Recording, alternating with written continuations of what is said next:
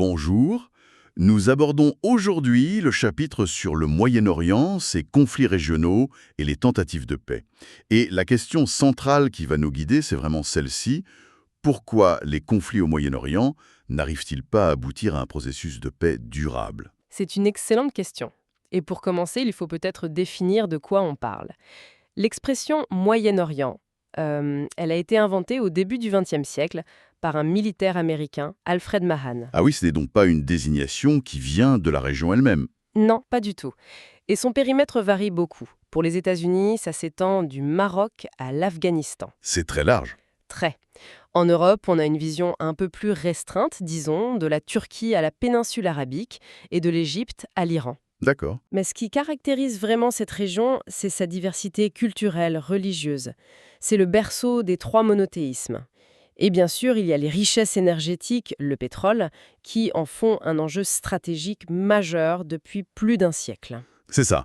Alors, notre synthèse va s'articuler en deux grandes parties. Premièrement, on va analyser l'évolution du conflit israélo-arabe vers le conflit israélo-palestinien. Avec les guerres et les espoirs de paix, bien sûr. Exactement. Et deuxièmement, on se penchera sur les deux guerres du Golfe et leurs conséquences qui sont, on va le voir, absolument considérables. Alors, commençons par les origines du conflit. On est en 1947. La situation en Palestine, qui est sous mandat britannique à l'époque, est jugée inextricable. C'est ça, les Britanniques n'y arrivent plus et ils transfèrent le dossier à l'ONU qui vient d'être créé. Et à ce moment-là, la Palestine est peuplée d'environ 1,2 million d'Arabes et 600 000 Juifs. Oui, et donc l'ONU vote ce qu'on appelle le plan de partage. C'est la résolution 181. Qu'est-ce qu'il proposait, ce plan? L'idée, c'était de diviser la Palestine en deux États. Un État juif et un État arabe. Et Jérusalem, avec sa dimension symbolique, devait être internationalisée, sous contrôle de l'ONU. D'accord. Et comment est-il reçu? Alors, il est accepté par les sionistes, mais il est complètement rejeté par les Arabes. Du coup, il ne sera jamais appliqué. Jamais. C'est dans ce contexte, un peu chaotique, que David Ben Gourion proclame la création de l'État d'Israël le 14 mai 1948. Oui, et il justifie cette création par plusieurs arguments. Les droits historiques et naturels du peuple juif, la nécessité d'une patrie après la Shoah, mais il s'appuie aussi sur la résolution de l'ONU, ce qui est un peu paradoxal. La conséquence immédiate, c'est la guerre. Immédiate. C'est la première guerre israélo-arabe en 1948-1949.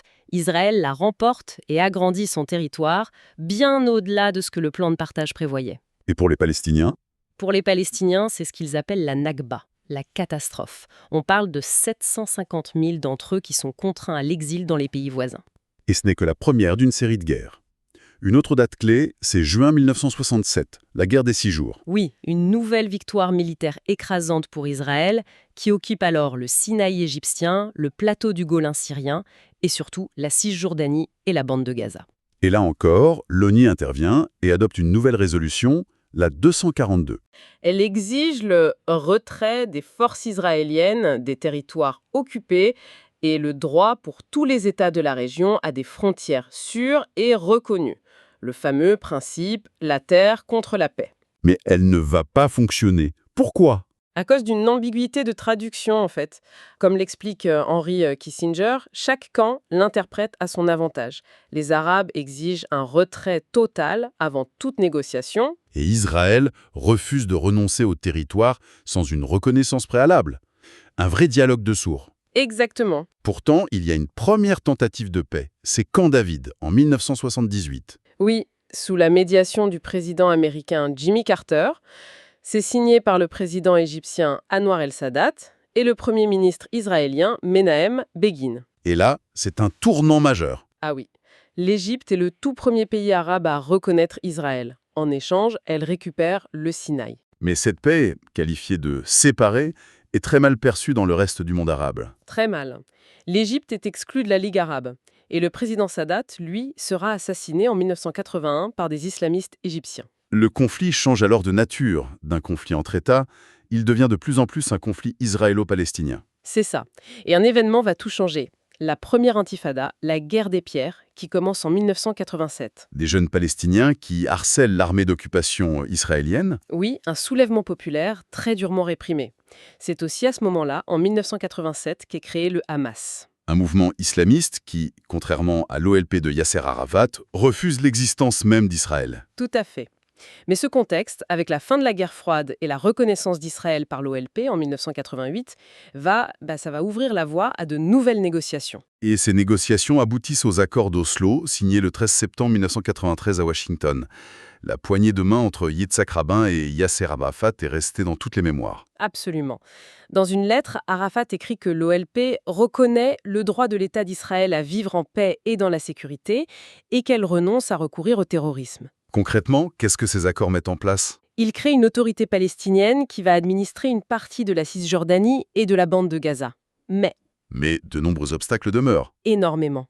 Le statut de Jérusalem, le retour des réfugiés et surtout la question des colonies israéliennes. Ces implantations installées dans les territoires palestiniens occupés depuis 1967. Voilà.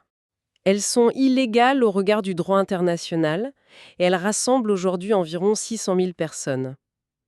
Comme le souligne Jean-Paul Chagnolot, cette colonisation menace très gravement la viabilité de la solution à deux États, qui est pourtant défendue par l'ONU. Abordons maintenant le deuxième grand foyer de tension, les guerres du Golfe. La première, c'est 1990-1991. L'Irak, qui est dirigé par Saddam Hussein, sera alors complètement ruiné de sa guerre de 8 ans contre l'Iran. C'est ça. Et Saddam Hussein décide d'envahir son voisin, le Koweït, le 2 août 1990. Il y a plusieurs raisons à ça. Des raisons économiques d'abord. Oui, le Koweït refuse d'annuler la dette de guerre irakienne. Il y a aussi des raisons historiques. L'Irak a toujours considéré le Koweït comme une de ses provinces. Et enfin, des raisons pétrolières. Il l'accuse de voler son pétrole. Exactement, et de dépasser les quotas de l'OPEP. La réaction internationale, cette fois, est immédiate. Oui, unanime. L'ONU condamne l'invasion, impose un embargo à l'Irak. Et la résolution 678 du Conseil de sécurité autorise l'usage de tous les moyens nécessaires pour libérer le Koweït. Ce qui mène à l'opération Tempête du désert en janvier 1991, menée par une large coalition internationale de 35 États, avec les États-Unis à leur tête. Voilà. Et après la guerre, l'Irak est dévasté.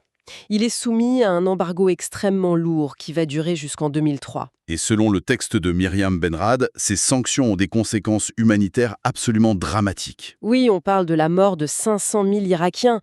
Mais ce qui est paradoxal, c'est que politiquement, ça renforce le régime de Saddam Hussein. Comment ça? Il utilise le contrôle de la distribution de l'aide pour s'assurer la loyauté de la population et de son parti, le parti Baas. C'est terrible. On en arrive à la Seconde Guerre du Golfe, qui éclate en mars 2003.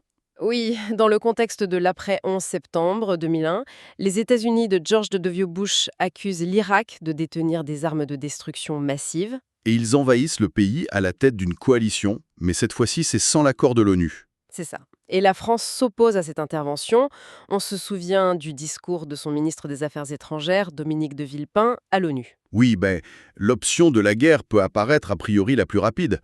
Mais n'oublions pas qu'après avoir gagné la guerre, il faut construire la paix. Une phrase qui résonne encore aujourd'hui. Et qui s'est révélée prophétique. L'intervention renverse Saddam Hussein, mais elle plonge le pays dans un chaos total. Il y a un dessin d'Adam Ziglis qui illustre ça parfaitement. On voit un arrosoir en forme d'Irak, baptisé Irakois, qui fait pousser des djihadistes. C'est exactement ça. La chute du régime crée un vide politique et sécuritaire immense. Le conflit devient asymétrique et surtout confessionnel. C'est-à-dire? En 2006, un attentat perpétré par des djihadistes sunnites contre la mosquée chiite d'Al-Askari à Samara marque le début d'une terrible guerre civile. Et c'est cette instabilité qui a permis l'émergence de groupes comme Al-Qaïda en Irak. Voilà. Puis de l'État islamique, Daesh, qui a proclamé un califat en 2014, déstabilisant durablement l'Irak et la Syrie voisine.